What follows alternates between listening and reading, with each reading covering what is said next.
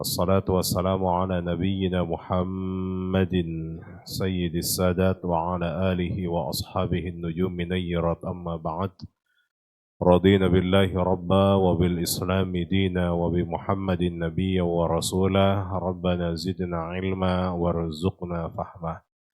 Jamaah salat zuhur yang dimuliakan Allah Subhanahu wa taala, setelah kita bersyukur dan memuji Allah sekaligus bersalawat dan salam kepada nabinya Muhammad sallallahu alaihi wasallam, sepatutnya bagi kita seorang muslim agar terus memperbaharui iman dan takwa kita.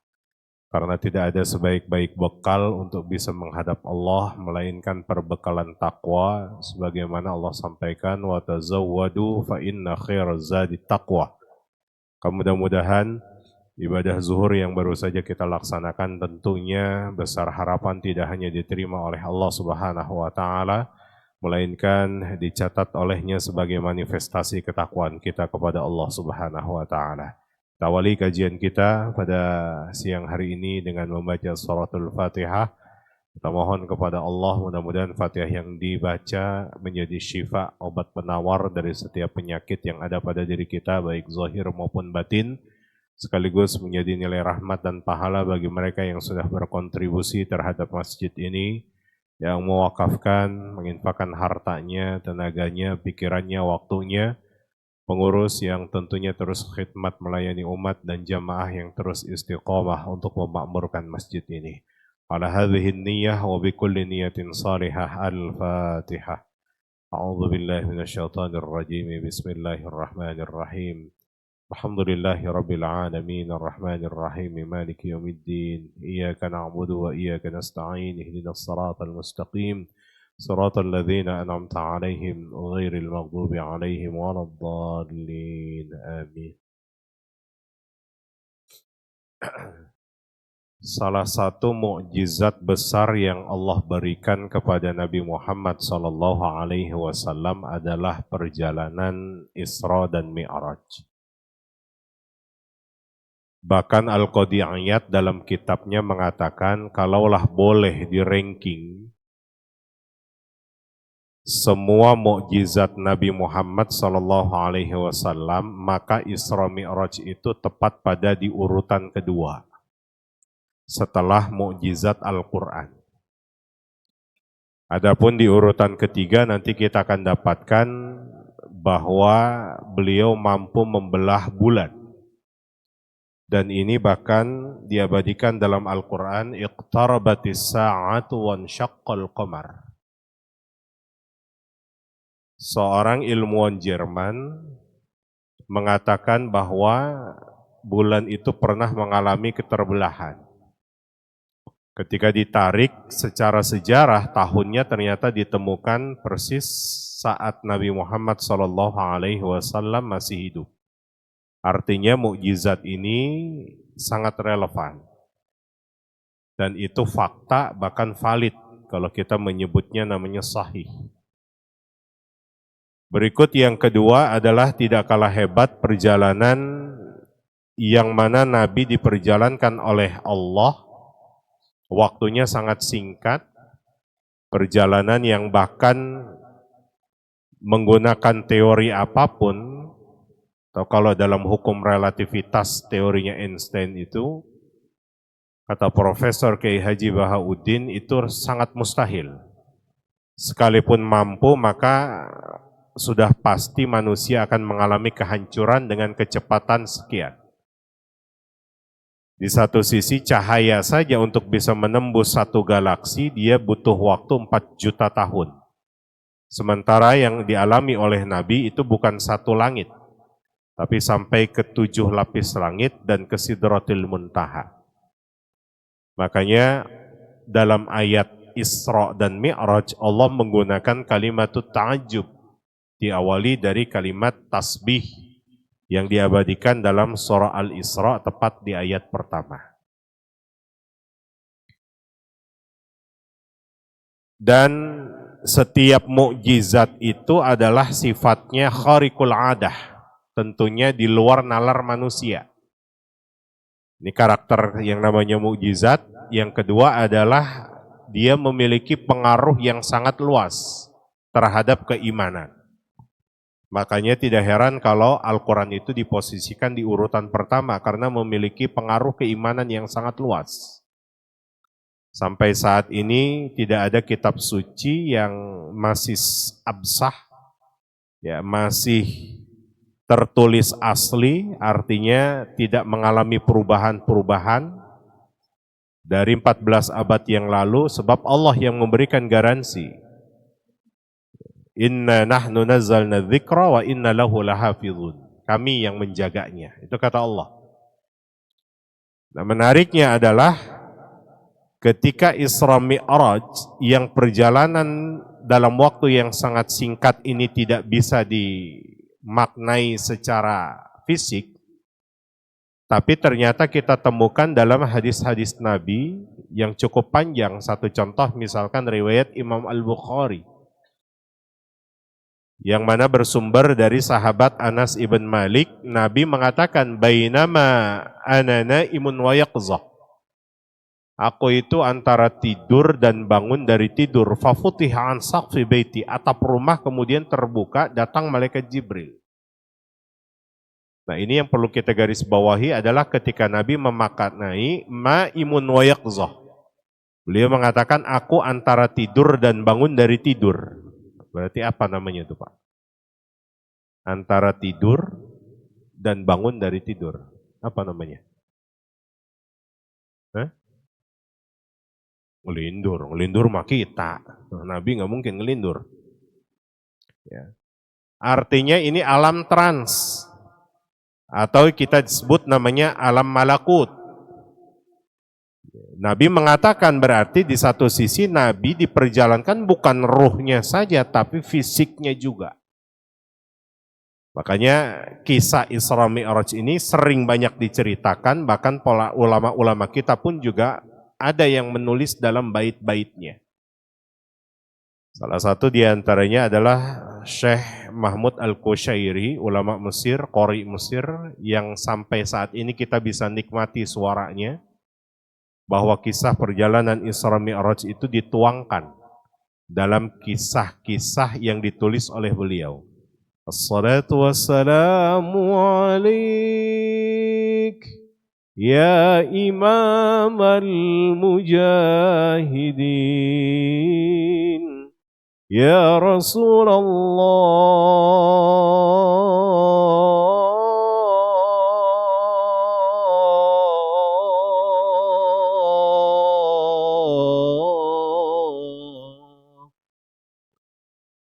Sering kita dengar. Bahkan ada beberapa masjid yang kalau sebelum azan dikumandangkan itu kadang disetel ya Pak. Disetel di sini. Hah? Enggak. Tapi kalau di masjid di dekat rumah pasti disetel ya. Asli apa kaset itu biasanya? Asli kaset ya. Asli orang, asli kaset. Nah itu kisah kalau diceritakan terus berulang-ulang maka dia menjadi otoritatif. Atau dalam ilmu hadis namanya mutawatir. Kalau kita menyebutnya namanya sahih atau valid. Ya, tidak jauh beda. Kita sering mendengar sebuah kisah bahwa Fir'aun itu adalah sosok yang zalim. Yang tidak hanya mengaku sebagai Tuhan, tapi beliau dalam bait-bait syairnya para ulama-ulama itu dijelaskan. Fir'aun pernah mengatakan, Inna misrali, Mesir itu kekuasaanku.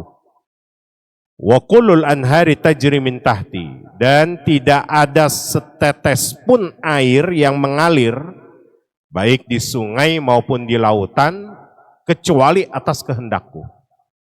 Nah, jadi afala tubsirun, apakah kalian tidak melihatnya? Itu kata Fir'aun. Ya, tapi sezolim-zolimnya Fir'aun mengatakan hal demikian, beliau masih mengizinkan masyarakatnya untuk bisa ngambil ikan di sungai, di laut, itu Pak. Jadi sezolim-zolimnya Fir'aun itu kita nggak temukan beliau sampai magerin lautan gitu. Oh, mulai masuk ini. Ya. Nah ini satu contoh bahwa kalau kisah itu diulang-ulang maka akan menjadi otoritatif. atau valid atau yang kita sebut namanya mutawatir dalam ilmu hadis. Begitupun tadi kisah Isra Mi'raj yang diungkapkan oleh Syekh Mahmud Al-Qusairi. Ya man asra bikal muhaiminu laylan nilta ma nilta wal anamu niyam wa ilal muntaha'u dan seterusnya. Jadi ini kisah yang betul-betul sangat spektakuler, perjalanan yang tidak bisa ditempuh oleh siapapun kecuali atas kuasa dan izin Allah. Makanya Syekh Mutawalli Sya'rawi beliau mengatakan innal isra wal mi'raj bihukukillah, bahwa Isra dan Mi'raj itu ya kuasa Allah. La bihukukin nas, bukan kuasanya manusia. Makanya Allah menggunakan di ayat pertama dari surah Bani Israel yang kita kenal dengan surah Isra itu diawali dengan kalimat ta'ajub, subhana. Namun menarik ya Bapak Ibu yang dirahmati Allah Subhanahu wa taala, ketika Allah mencantumkan dalam sebuah narasi ayat pertama tadi dengan kalimat abad. Siapa yang diperjalankan oleh Allah? Asra bi'abdihi.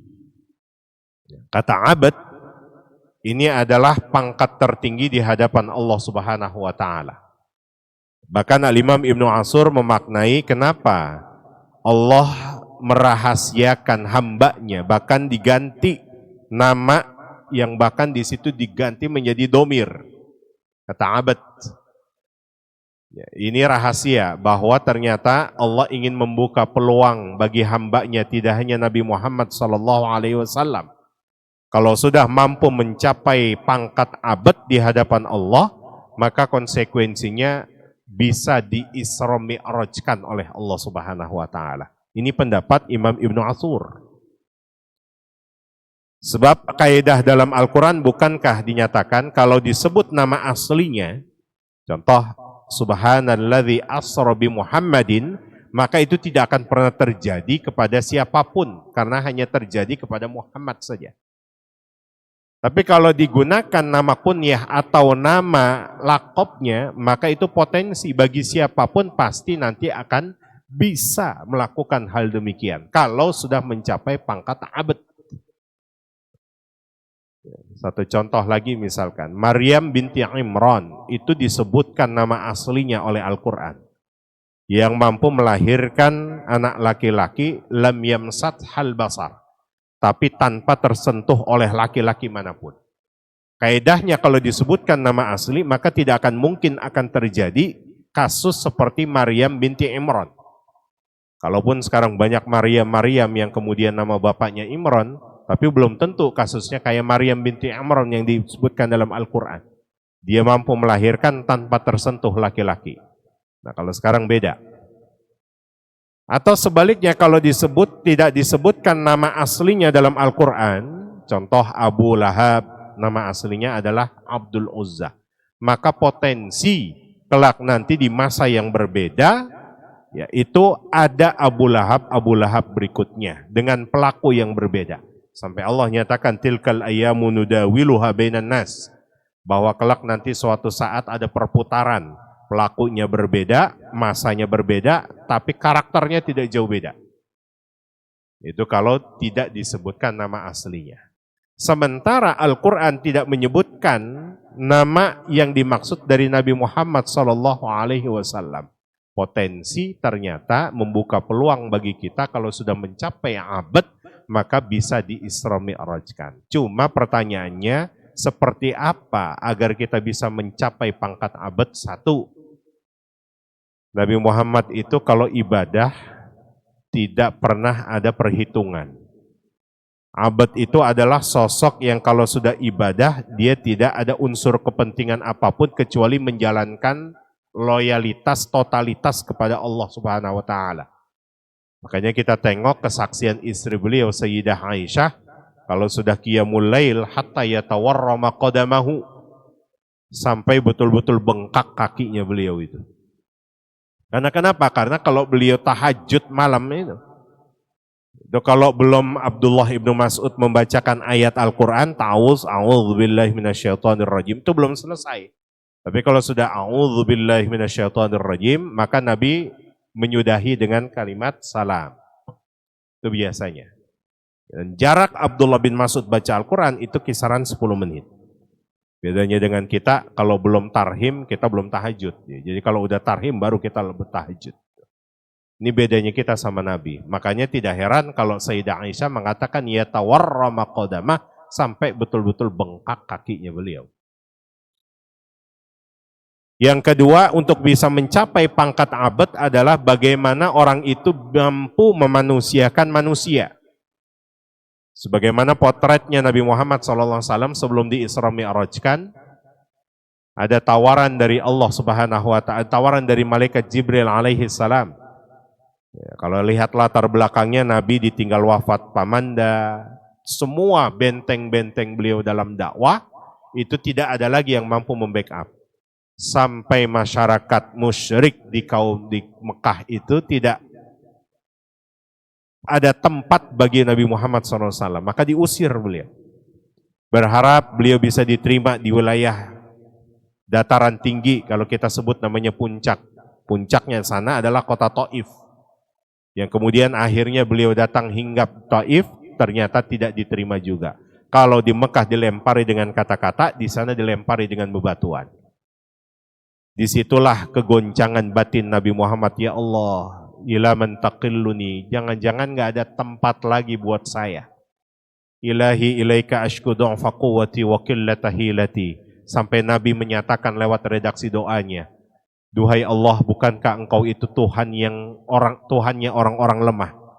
Kepada siapa lagi saya mengadukan kalau bukan kepadamu?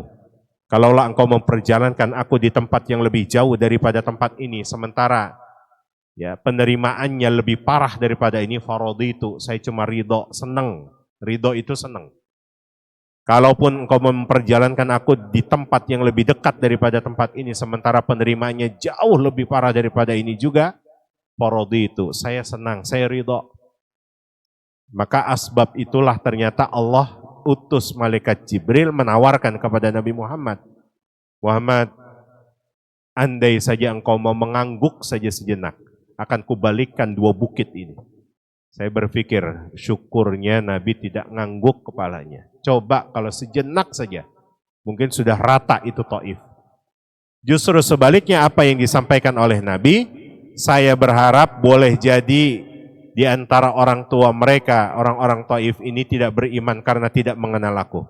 Tapi justru sebaliknya nanti akan ada orang-orang beriman dari generasi-generasi setelah ini. Alias zuriat-zuriat Taif. Beliau besar harapan demikian. Ternyata dibuktikan oleh Allah, Abu Hurairah itu adalah zuriat bangsa Taif yang kemudian belajar sama Nabi kisaran 3-4 tahun, lalu menjadi raksasa-raksasa ilmu yang Nabi cuma mendidiknya, mohon maaf, nggak butuh fasilitas mewah, nggak butuh bayaran tinggi. Bahkan samping rumah Nabi dibuat itu yang namanya lembaga pendidikan Suffah, tempat yang sangat elit tapi menghasilkan orang-orang elit. Tempat yang sangat kecil tapi mampu menghasilkan raksasa-raksasa ilmu. Itulah salah satu contohnya. Abu Hurairah yang belajar cuma sekian waktu, sekian tahun, paling lama 4 tahun beliau belajar itu sama Nabi. Dan menjadi perawi hadis yang sangat banyak.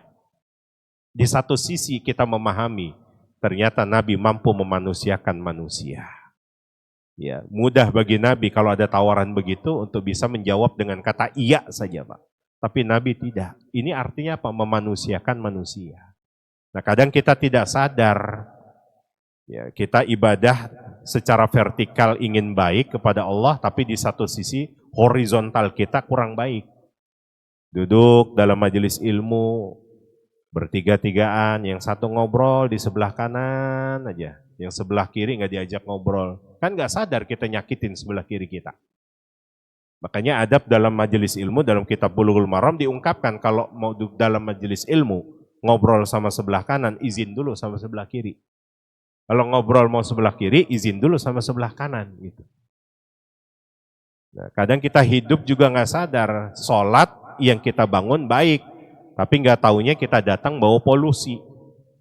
Dulu di masa Nabi ada sahabat Nabi yang mau sholat berjamaah, masjid Nabi itu kecil Pak, hanya berukuran kali berapa-berapa. Sementara ada sahabat yang ternyata habis mengkonsumsi bawang merah, bawang putih. Pas ketika takbir, sholat itu bagus, tapi polusinya mengganggu kanan kirinya itu. Allahu Akbar, nggak sadar ternyata. Ya, tapi Nabi negurnya etis, negurnya baik. Nggak kayak kita langsung negur, bisa makan bawang lu ya. Tapi justru Nabi, Masya Allah, selepas sholat barulah Nabi katakan, wahai sahabat-sahabatku, man akala minkum thawman aw basaran. Kalau ada di antara kalian yang habis makan bawang merah atau bawang putih, fala yaqrabanna musallana. Jangan dekat-dekat masjid dulu kalau belum dibersihkan. Ya, kadang saya berpikir di kita ini ada yang jauh lebih bau, Pak. Apa, Bu? Jengkol. Ini ya, untungnya 14 abad yang lalu jengkol belum masuk Mekah Madinah gitu kan. Coba kalau udah masuk mungkin redaksinya beda lagi. Man akala minkum jengkolan gitu. Nah, maka Bapak Ibu yang dirahmati Allah Subhanahu wa taala, ini kadang kita nggak sadar. Makanya satu ketika ada sahabat bertanya, "Ya Rasulullah, ada seorang yang hubungan vertikalnya kepada Allah itu baik, tapi di satu sisi horizontalnya nggak baik.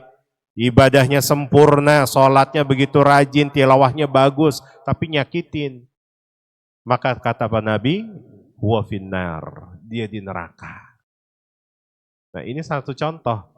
Makanya tidak heran Al-Quran itu bicara di ayat 1 surat Al-Isra, ini berbicara tentang Isra, perjalanan. Perjalanan secara horizontal menunjuk bahwa miniatur kehidupan itu harus dibangun dari sini dulu. Barulah dia bisa dinaikkan oleh Allah Subhanahu wa taala. Kadang saya pernah bertanya sama Syekh Ali Jum'ah, "Syekh, kenapa kok Mi'raj itu menggunakan isim alat kalau dalam ilmu sorof? Sementara di satu sisi Isra itu sendiri adalah isim masdar." Ya bani, wahai anakku, Isra itu siapapun bisa melakukannya. Isra itu adalah perjalanan malam, Pak. Nah, kalau kita masuk sholat maghrib itu masuk waktu malam. Kita dari rumah pengen sholat isya ke masjid itu masuk Isra namanya. Ataupun pulang dari kantor menuju rumah masuk waktu malam itu namanya Isra. Sekalipun kita nemuin jam 1 malam, ternyata ada wanita yang pakainya ketat, dandanannya rapi gitu. Ya, dia lagi melakukan perjalanan malam, kalau ditanya mau kemana, mau Isra juga nggak salah. Ya, tapi di satu sisi kalau orang mau naik itu namanya Mi'raj. Mi'raj itu adalah isim alat di mana kalau orang mau naik maka butuh media. Makanya kalau kita lihat di Palestina ada Baitul Maqdis, nama masjidnya namanya Baitul Maqdis. Tapi kalau kita lihat sering di Qubbatus Sokhra itu ada batu yang saat Nabi mau naik ke atas ikut. Seketika akhirnya ditolak oleh langit, maka balik lagi ke bumi, bumi juga nolak, makanya dia gantung. Masyarakat pada saat itu, bahkan pemerintah pada saat itu bagaimana biar tidak terkontaminasi keimanannya. Maka dibuat sanggahan-sanggahan batu itu. Itu ada di Qubbatus Sokhra. Nah, sama nama masjidnya sebetulnya bukan Masjidil Aqsa, nama masjidnya adalah Baitul Maqdis. Tapi kebiasaan orang Arab menyebutnya Aqsa, Aqsa. Sesuatu yang jauh, maka diabadikan menjadi Masjidil Aqsa. Kenapa Allah memilih waktu malam? Karena ternyata waktu malam itu adalah waktu yang paling efektif, waktu yang paling dekat dengan Allah Subhanahu wa taala. Kalau kita hitung 5 sholat waktu, 5 waktu sholat itu sudah 3 waktu saja masuk waktu malam. Maghrib, Isya, Subuh itu masuk waktu malam. Belum lagi nanti yang sunnah-sunnah. Ramadan banyak, tarawih, kemudian witir, dan sunnah-sunnah yang lainnya. Bahkan dikuatkan oleh hadis riwayat Imam Bukhari, yanzilu rabbuna ilas sama'id dunya, bahwa Allah itu turun ke langit dunia. Maksudnya adalah Allah bentangkan rahmatnya, kapan? Di waktu malam. Ayat Al-Quran bahkan menyebutnya wa qalilan minal laili ma yahja'un. Kalau bisa malam itu tidurnya sedikit, sebab begitu efektif orang kalau mau berkomunikasi kepada Allah. Hanya di waktu malam. Makanya Allah pilih hambanya untuk berjalan di waktu malam. Nah, adapun sekali lagi bahwa perjalanan Isra dan Mi'raj secara umum adalah miniatur kehidupan manusia secara utuh. Kalau ia ingin membangun hubungan vertikal yang baik kepada Allah, maka harus dibangun dulu hubungan horizontal secara baik. Bagaimana mungkin ketika dia secara fisik ibadahnya baik kepada Allah, tapi di satu sisi kanan kirinya, depan belakangnya merasa tersakiti. Apalagi sekarang sudah mendekati momentum bulan Ramadan, ya, Nabi selalu melatih dirinya, mentarhib dirinya untuk mencoba membuka seluas-luasnya. Makanya kata tarhib itu melapangkan. Tidak ada dendam, tidak ada iri, tidak ada dengki. Yang dekat, yang rekatkan kembali, yang jauh dekatkan kembali, yang bahkan terputus kemudian disambung kembali. Maka mudah-mudahan ya, peristiwa Isra Mi'raj yang sering diceritakan ini menjadi refleksi bagi kita, terutama dalam mengarungi kehidupan, tidak hanya bagus secara vertikal, tapi Allah tetapkan juga hubungan horizontal kita pun menjadi baik. Dan menjelang Ramadan kita berharap kepada Allah agar diberi kemampuan sebagaimana Nabi selalu membaca doanya termaktub dalam hadis riwayat At-Tirmidzi dari Thalhah bin Ubaidillah. Allahumma ahillahu alaina bil yumni wal imani was salamati wal islami rabbuna wa rabbukallah. Mampukan kepada kami untuk bisa melihat hilalnya Ramadan penuh dengan kedamaian, ketenangan, yang pastinya motifnya karena iman dan Islam. Mudah-mudahan yang singkat ini membawa manfaat. Usi nafsi wa iyyakum bitaqwallah. Mohon maaf atas segala kekurangan. Kita tutup dengan mengucapkan lafaz hamdalah. Alhamdulillahirabbil alamin. Subhanakallahumma wa bihamdika asyhadu an la ilaha illa anta astaghfiruka wa atubu ilaik. Assalamualaikum warahmatullahi wabarakatuh.